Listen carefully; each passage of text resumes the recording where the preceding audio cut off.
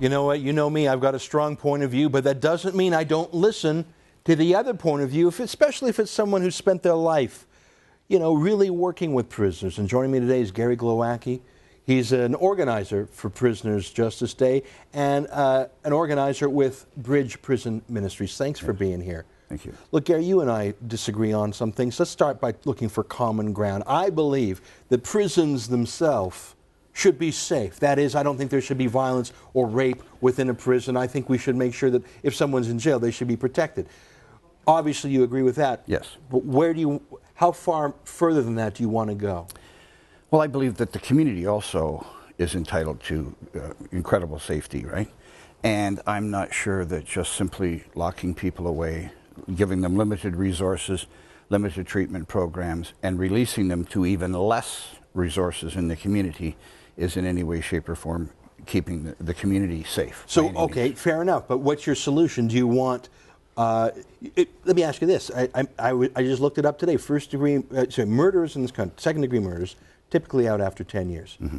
What do you think of that? Do you think that? I think that it should be longer. What do you think? Depends on what's happened within the prison. And people being released from prison at 10 years have, in a sense, earned the right to be released through their behavior, through their modification, through the treatment programs. You know, statistically, you'd also have to look at what are the probabilities of their reoffending. Right. Well, it seemed to me to be quite high. We just talked about a case, murder of a girl in Winnipeg. The guy who murdered her had 3 rape convictions. Right. Absolutely.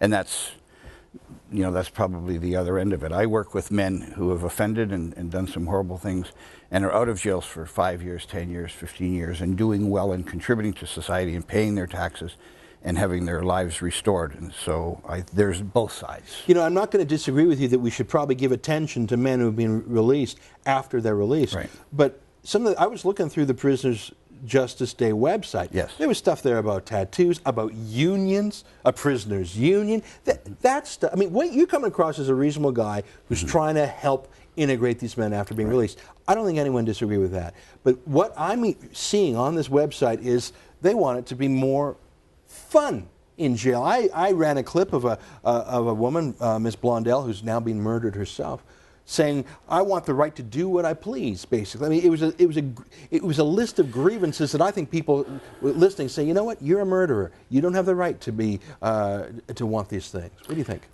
Fair enough. I'll agree with that. I would dearly love to be able to do what I want to do, but I don't have that right. None of us have that right. Exactly. So that's an unfair request to say I want to do what I want to do.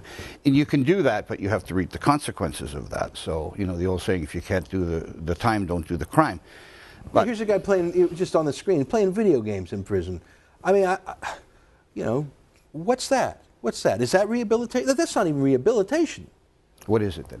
It's a guy having a recreational activity. Right. You're not calling a video game rehabilitation. Please tell me you're not calling it. No, but I am calling it recreation, which maybe isn't anything that you might think he should be entitled to, but he's going to be released at some point and go back to his life. I know they've talked about club fed, where prisoners are on golf courses and do all kinds of things and live on their own, and it's not a harsh environment at all.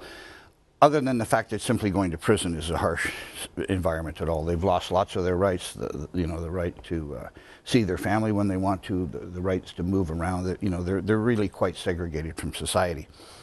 And so many rights are taken away from them, but there are also many privileges that they can earn through their own behaviors. And many men are doing without anything in prison. Some are in maximum security segregation, and many are earning privileges on their way out the door, as they should. You know, people in some of the institutions, they have keys to their own property, they do their own shopping, because you can't simply release a man who's done 20 years in prison with no resources and put him out here and have him say, "I'm sorry, what's the PIN number?" Yeah. That's unfair to the community at large, not just to the man, but to the community at large. I agree there should be a transition. I just don't think the transition should come so early. I got a question for you. Fair enough. In my opening remarks, I talked about taking moral responsibility, showing regret, being penitent. Absolutely. How important is that? And to me? Well, yeah. Absolutely. And should people be let out of jail, should a murderer be let out of jail without taking full, meaningful, not just faking it, not just being an actor, but moral responsibility for what they're doing?